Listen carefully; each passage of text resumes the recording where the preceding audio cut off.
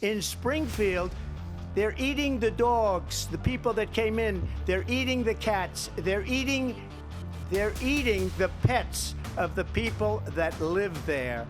And this is what's happening in our country, and it's a shame. Philadelphia के national constitution centre में ये तमाम बहस चल रही थी। यहाँ पर एक तरफ थे रिपब्लिकन्स, एक तरफ थे डेमोक्रेट्स, यानी कमला हैरिस वर्सेस डोनाल्ड ट्रंप। जो ये डिबेट हुआ, इसमें सबसे खास बात रहा वो मुद्दा जब इमिग्रेंट्स को लेकर डोनाल्ड ट्रंप ने कहा कि वो पालतू जानवरों को मार कर खा रहे हैं।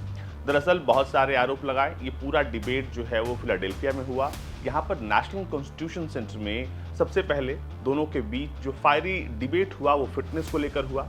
फिटनेस से आगे बढ़ते हुए ये चली गई रैली की तरफ, किसकी रैली कितनी बड़ी होती है। इसके बाद पुतिन, यूक्रेन वॉर, जेलेंस्की, और फिर आते आते इमिग्रेंट्स पर डोनाल्ड ट्रंप ने कहा कि वो अब लोगों को परेशान कर रहे हैं।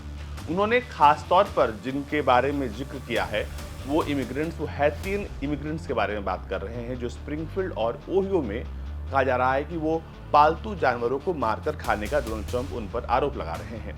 रॉयटर्स की रिपोर्ट कहती है कि स्पेसिफिकली उन्होंने यहाँ पर नहीं बताया, लेकिन वो बात कर रहे हैं हैतियन इमिग्रेंट्स के बारे में, जिनको लेकर जब उन्होंने बयान दिया तो फिर कमला हैरिस ने कहा ये तो अति हो गई। अब सुनिए कि आखिर ये पूरा मसला क्या है और डिबेट में कैसे उठा पालतू जानवरों, कुत्तों और बिल्लियों का ये मामला।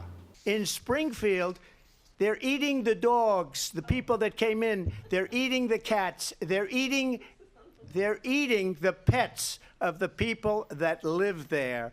And this is what's happening in our country, and it's a shame. You've heard. You talk about extreme. This is, I think, one of the reasons why in this election I actually have the endorsement of 200 Republicans who have formerly worked with President Bush, Mitt Romney, and John McCain, including the endorsement of former Vice President Dick Cheney and Congress member Liz Cheney. His former Secretary of Defense has said the nation, the Republic, would never survive another Trump term.